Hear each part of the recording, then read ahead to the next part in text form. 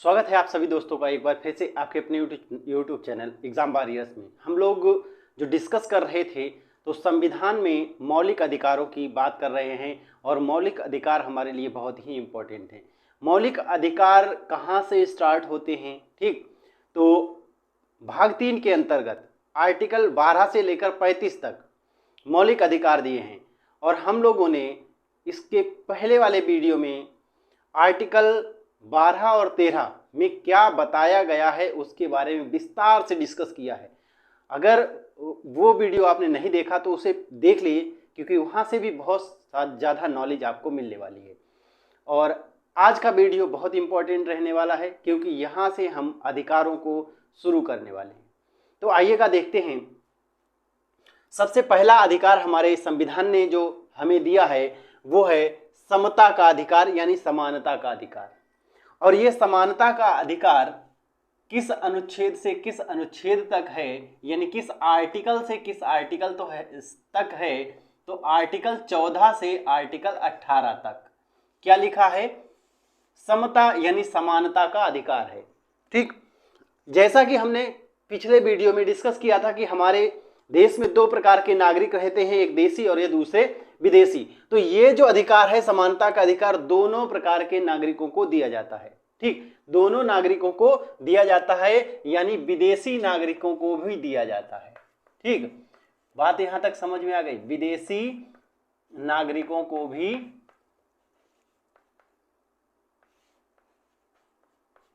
भी दिया जाता है, ठीक? देशी मतलब जो नागरिक हैं भारत के उनको तो मिल रहा है, उसके अतिरिक्त तो विदेश के जो नागरिक हैं उनको भी ये अधिकार दिया जाएगा। आइए इनको एक बार संक्षेप में डिस्कस कर लेते हैं कि इसमें अनुच्छेद 14, 15, 16, 17 और 18 में क्या क्या लिखा है। उसके बाद हम अनुच्छेद 14 को विस्तार से डिस्कस करेंगे। सबसे पहला है विधि के समक्ष समता। समता का मतलब देखिए समानता से है, ठीक है? समता का मतलब समानता से है, ठीक? समता का मतलब है समानता, ठीक? और विधि का मतलब अगर आप पूछें तो विधि का मतलब है कानून, यानी कानून के सामने हर व्यक्ति समान होगा, चाहे वो अमीर हो, चाहे वो गरीब हो, चाहे वो किसी भी जाति से हो या किसी धर्म से हो। इस बात को हमारे अनुच्छेद में आर्टिकल 14 में लिखा गया है, यानी अनुच्छेद 14 में इस चीज का डिस्कस किया गया है।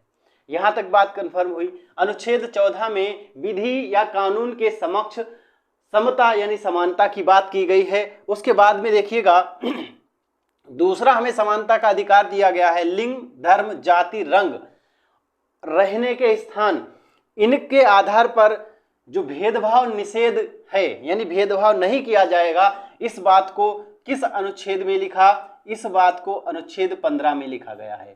इस बात को कहाँ लिखा? अनुच्छेद 15 के अंदर लिखा गया है। इतनी बात कंफर्म हो गई। आर्टिकल 15 में क्या लिखा? हम किसी भी व्यक्ति से उसके जेंडर, उसके रिलीजन, ठीक, और कास्ट, ठीक, कलर, इसके आधार पर कोई भी भेदभाव नहीं करेंगे।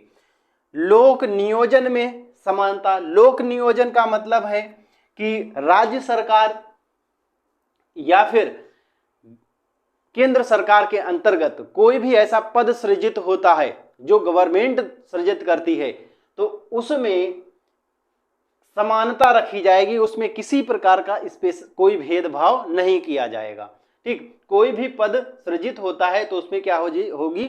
समानता होगी, यानी हर व्यक्ति उसके लिए अप्लाई कर सकता है अगर वो उस पद के लिए योग्य है तब, ठीक? बात इसकी अभी डिस्कस करेंगे। इस बात की बात करें तो ये आर्टिकल 16 में लिखा है। किसमें? अनुच्छेद 16 के अंदर इस चीज को बताया गया है। यहां तक कंफर्म हो गया। अस्पृश्यता का अंत मतलब छुआछूत का अंत बहुत इंपॉर्टेंट है। देखिएगा ये छुआछूत का अंत, ठीक है? और अभी देखिएगा ये भी बहुत इंपॉर्टेंट है और ये अभी पूछा भी गया था, पता है किसमें? आरआरबी ग्रुप डी, ठीक? आरआरसी ग्रुप डी में ये पूछा गया है। अभी पता है जो ग्रुप डी हुआ है उसमें ये क्वेश्चन पूछा गया है, ठीक? अस्पृश्यता का अंत अगर पूछा जाता है तो अस्पृश्यता का अंत मतलब छुआछूत का अंत किस आर्टिकल में लिखा गया है?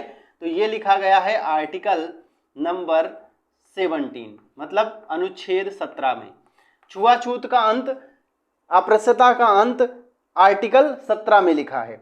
उपाधियों का अंत, अगर उपाधियों के अंत की बात करें तो उपाधियों का अंत किसमें किया गया है? अनुच्छेद 18 में, ठीक, आर्टिकल 18 में। किसमें? आर्टिकल 18 अनुच्छेद 18 में क्या है? उपाधियों का अंत किया गया है, ठीक। और उपाधियां किसमें अंत किया गया है? देखिए, शिक्षा में उपाधि मिलेंगी और किसमें? सेना में उपाधि मिलेंगी, इसके अलावा कोई भी उपाधि नहीं मिलेगी। इतनी बात कंफर्म हुई। तो ये बात किसमें? आर्टिकल 18 में लिखा है, ठीक है। यहां तक बात कंफर्म हो गई। अब देखिए, अब हम इनको एक एक चीज को विस्तार से डिस्कस करते हैं, ठीक। क्योंकि अगर आपको सॉलिड बनना है किसी चीज में, ठीक, तो उसका आपको बिल्कुल सब कुछ निचोड़ पता होना चाहिए, है ना। अभी हमने इसको देख लिया है ऊपर से, अब हम इसको बिल्कुल डीपली पढ़ेंगे, ठीक है। तो चलिएगा, सबसे पहला है विधि के समान समक्ष समता, यानी कानून के सामने समता होगी, समानता होगी। इसको किस तरीके से हमारे संविधान में लिखा गया? देखिएगा, किसी धर्म के अनुसार, ठीक, गरीब, अमीर, ठीक, इनके आधार पर कानून भेदभाव नहीं करेगा। कानून हर व्यक्ति के लिए बराबर है, चाहे वो कोई भी हो। तो कानून पर किसी भी आधार पर कोई भेदभाव नहीं होगा, ये आर्टिकल 14 में लिखा है। लेकिन इसके कुछ अपवाद भी हैं, इसके कुछ अपवाद भी हैं। अब आप कहेंगे अपवाद क्या हैं? देखिए, अपवाद इसके ये हैं कि हमारे देश में एक राष्ट्रपति होता है, ठीक। दूसरा, राष्ट्रपति का भाई कौन?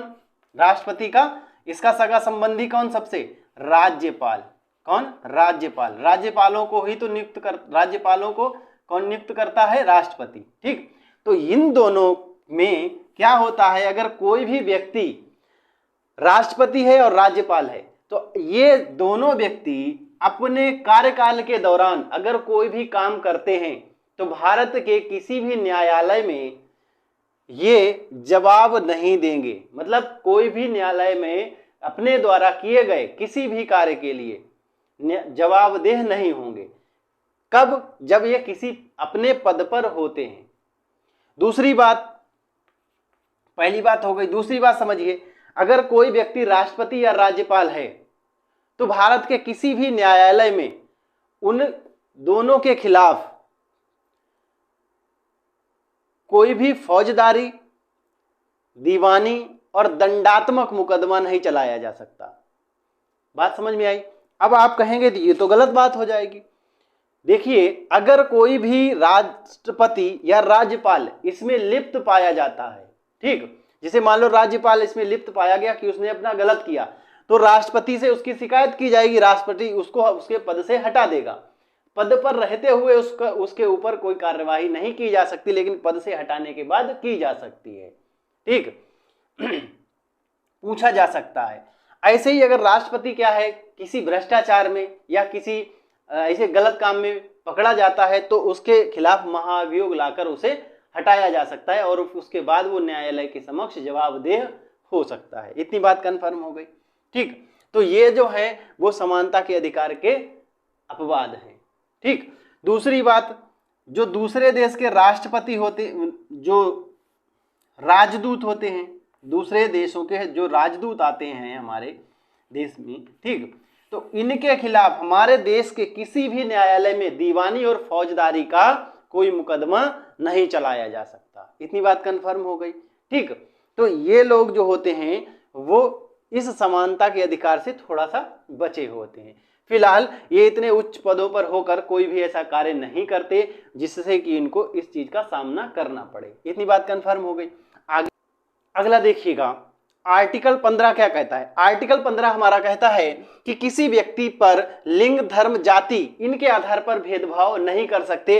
तो इसमें देखिएगा क्या है कि हमारे देश का नागरिक हो या ना हो, ठीक, किसी भी व्यक्ति के साथ अगर वो महिला है, पुरुष है या फिर कोई दूसरा जेंडर है, ठीक, थर्ड जेंडर जिसे हम ट्रांसजेंडर कहते हैं, उसके आधार पर कोई भेदभाव नहीं किया जाएगा। ठीक, धर्म के आधार पर कोई भेदभाव नहीं किया जाएगा। ऐसा नहीं किया जा सकता कि कोई व्यक्ति धर्म उसका अलग अलग है, क्योंकि भारत में बहुत सारे धर्म रहते हैं, तो उसको धर्म के आधार पर हम कहीं बैठने ना दें या धर्म के आधार पर उसे हम किसी शिक्षण संस्था में प्रवेश ना लेने दें, इस बात पर, या फिर धर्म के आधार पर हम उसको किसी पार्टिकुलर जगह पर जाने ना दें, तो ये नहीं हम कर सकते। तो धर्म लिंग के आधार पर नहीं कर सकते, जाति के आधार पर हम कोई भेदभाव नहीं कर सकते। ऐसा नहीं कर सकते कि कोई व्यक्ति फला कास्ट का है या कोई पार्टिकुलर कास्ट का है, ठीक, मान लो कोई ब्राह्मण है तो ब्राह्मण को ही ये काम या फिर उस संस्था में प्रवेश मिलेगा, दूसरे कास्ट को नहीं मिलेगा, क्षत्रिय को नहीं मिलेगा, ठीक है, या राजपूत को नहीं मिलेगा। इस तरीके से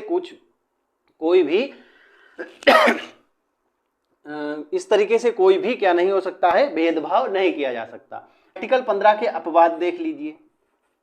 आर्टिकल 15 के अपवाद देखिए, आपने सुना होगा कि जैसे महिलाएं हैं, तो महिलाएं जब कोई जॉब कर रही होती हैं तो उनको अलग से एक्स्ट्रा छुट्टी मिलती है जो उन्हें मातृत्व देखभाल के लिए मिलती है, ठीक है। तो जब मतलब वो डिलीवरी होती है तो उस कंडीशन में अपने बच्चे की देखभाल के लिए उनको एक छुट्टी एक्स्ट्रा दी जाती है, लेकिन वो छुट्टी पुरुषों को अवेलेबल नहीं है। तो आप यहाँ पर देख रहे हैं कि लिंग के आधार पर क्या हो गया, भेदभाव हो गया, है ना। लिंग के आधार पर उनको एक्स्ट्रा छुट्टी दे दी जाती है। तो इसका मतलब क्या हुआ, इसका मतलब ये हुआ यहाँ पर लिंग के आधार पर भेदभाव है ना, है कि नहीं है, ठीक। तो इस चीज पर लिंग के आधार पर किया जा सकता है, ठीक। अब ये कहेंगे आप ये क्यों हो रहा है, देखिए इस कंडीशन में राज्य अपने नीति निर्देशक तत्वों का यूज करता है, ठीक, जैसा कि कल हम लोगों ने डिस्कस किया था, ठीक। जब कहीं पर ऐसी कंडीशन आती है किसी मौलिक अधिकार का क्या हो रहा होता है, दमन हो रहा होता है या कम हो रहा होता है, तो उस कंडीशन में हमारा नीति निर्देशक तत्व काम करता है। लेकिन यहां पर मौलिक अधिकार का दमन हो रहा किसी एक व्यक्ति का नहीं हो रहा है, इसमें तो हर किसी का हो रहा है। और क्या है, देखिए लिंग के आधार पर है, महिलाएं मेरे घर में हैं, महिलाएं मतलब जितने भी पुरुष हैं वो कहीं ना कहीं महिलाओं से जुड़े हुए हैं, बहन के रूप में, ठीक, एक भाई के रूप में हो सकते हैं, उनकी बहन हो सकती है, मम्मी हो सकती है, ठीक। तो भाई कंडीशन आ सकती है तो उनकी माँ के साथ भी आ सकती है, उनकी बहन के साथ आ सकती है।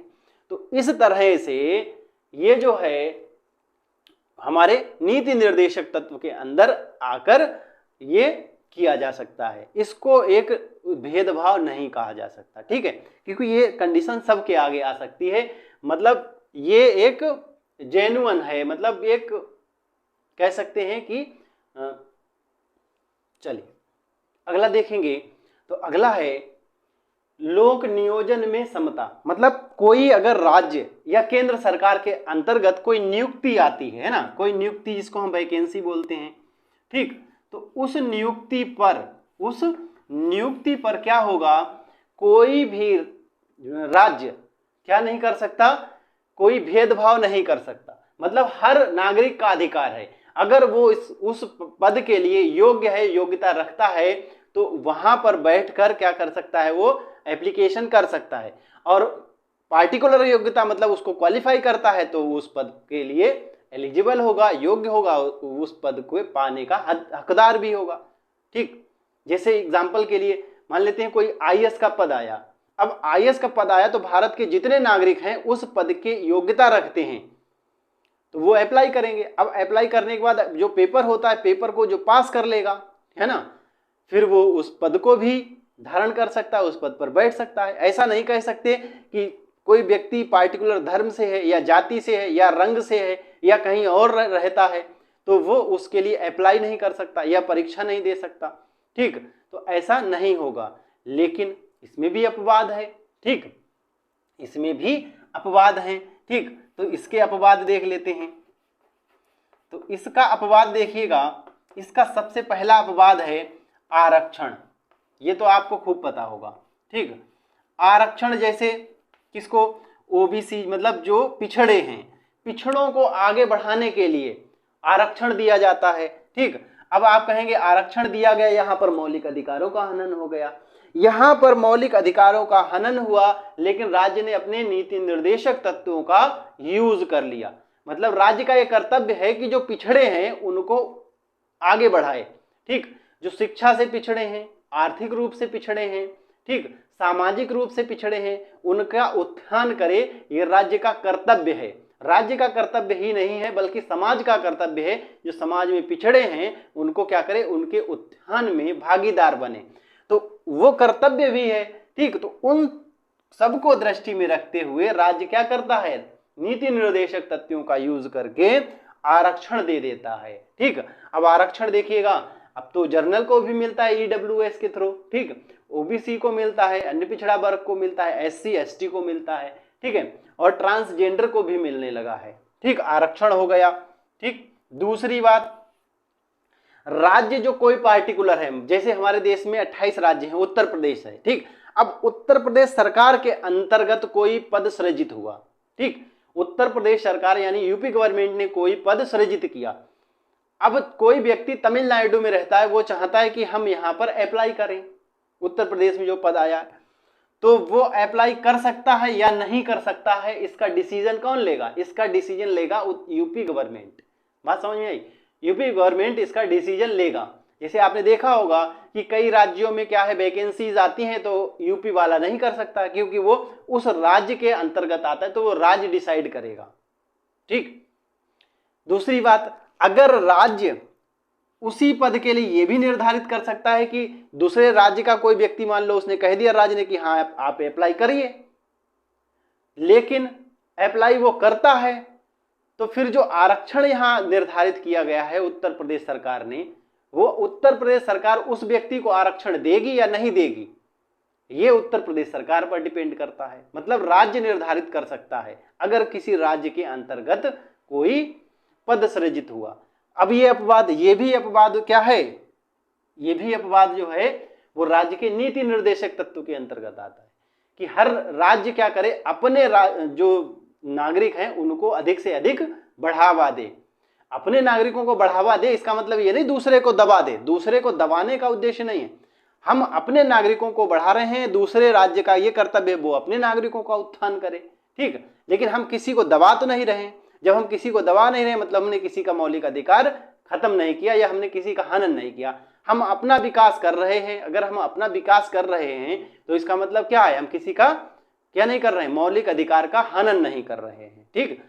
जब हम किसी के मौलिक अधिकार का हनन नहीं करते तो हमारे ऊपर कोई आपत्ति नहीं होती। ऐसे ही राज्य के साथ होता है। यहां तक कंफर्म हो गया। करेंगे अस्पृश्यता के अंत की। अस्पृश्यता मतलब छुआछूत। ये हमारे देश में बहुत ही एक कह सकते हैं कि बड़ी घिनौनी एक दाग है हमारे देश पर, इस तरीके से कह सकते हैं, ठीक। धब्बा है छुआछूत, अस्पृश्यता, ठीक। और ये पहले के जमाने में ज्यादा था, अब बहुत ही कम हो गया है। अब है आज भी लेकिन बहुत कम हो गया। अब बात करते हैं आर्टिकल 18 की, अनुच्छेद 18 की। अनुच्छेद 18 में क्या लिखा है, देखिए अनुच्छेद 18 कहता है कि शिक्षा और सेना, देखिएगा यहां पर ध्यान दीजिएगा, शिक्षा और किसमें, सेना को छोड़कर, ठीक, इन दोनों को छोड़कर शेष जितनी भी उपाधियां हैं उनको खत्म कर दिया जाएगा, ठीक। जैसे पहले बहुत सारी उपाधियां दी जाती, सर की उपाधि दी जाती थी, नाइट हुड की उपाधि दी जाती थी, राय बहादुर की उपाधि दी जाती थी, ठीक है। तो ये सब क्या करती हैं, ये जो नागरिक हैं उनके समानता के अधिकार का उल्लंघन करती हैं, उन नागरिकों को विशेष बना देती हैं।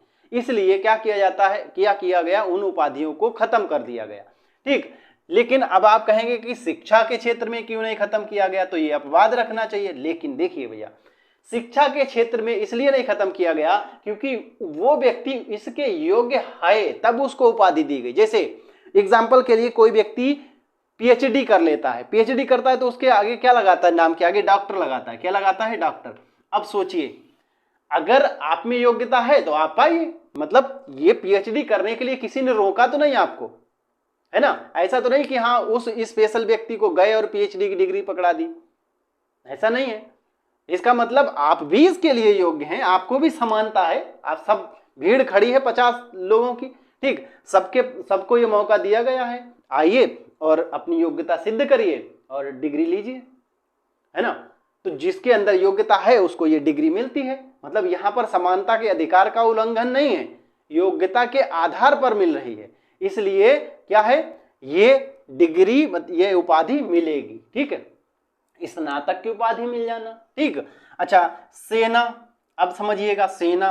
अब सेना है मतलब हमारी जो आर्मी है, आर्मी में जैसे कोई कौन बन जाता है, जैसे आपने सुना होगा जनरल बन गया, लेफ्टिनेंट जनरल बन गया, कर्नल बन गया। ठीक, तो कोई जनरल भी अगर व्यक्ति बनता है तो उसके आगे सदैव जनरल लगाया जाएगा। ठीक, जब तक वो व्यक्ति जीवित रहेगा और नहीं रहेगा तब भी उसका नाम लिया जाएगा तो जर्नल लगाया जाएगा। लेफ्टिनेंट जनरल तो लेफ्टिनेंट जनरल के साथ उसका नाम लिया जाएगा, तो उपाधि लगा के लिया जाएगा। ठीक है, तो ये भी उनके अंदर योग्यता थी, तो उन्होंने क्या किया, परीक्षा को पास किया, वहां गए और वहां परीक्षाओं को पास किया, तब उस योग्यता को लिया। और ये सेना में भर्ती खुली है, आइए, और सभी के लिए है। ठीक है, तो ये क्या है, इस उपाधि को भी नहीं खत्म कर सकते। तो सेना और शिक्षा को छोड़कर सभी उपाधियां खत्म कर दी गई।